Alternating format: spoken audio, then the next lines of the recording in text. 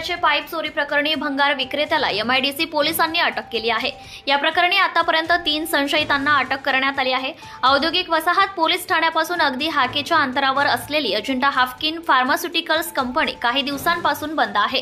कंपनीतून 63,000 रुपयांची 17 kilo तांब्यांचे pipe चोरून नेले होते। सहाय्यक व्यवस्थापक तुषार चौधरी यांच्या तक्रारीवरून एमआयडीसी पोलीस ठाण्यात गुन्हा दाखल झाला आहे। ज्ञानेश्वर सोनार याने ही चोरी केल्याची माहिती गुन्हे शोध पथकाला मिळाली आहे। त्यावरून निरीक्षक दत्तात्रय निकम, उपनिरीक्षक दीपक जगदाळे, कर्मचारी सचिन मुंढे, रामकृष्ण पाटील, गणेश ठाकरे, सिद्धेश्वर डापकर, साईनाथ मुंढे, ललित नारखेडे, किरण पाटील, छगन तायडे यांनी ज्ञानेश्वर सोनार वय 25 वर्ष राहणार मेहरुड व विनोद गोपाळ मोरे वय 22 वर्ष यांना अटक केली आहे।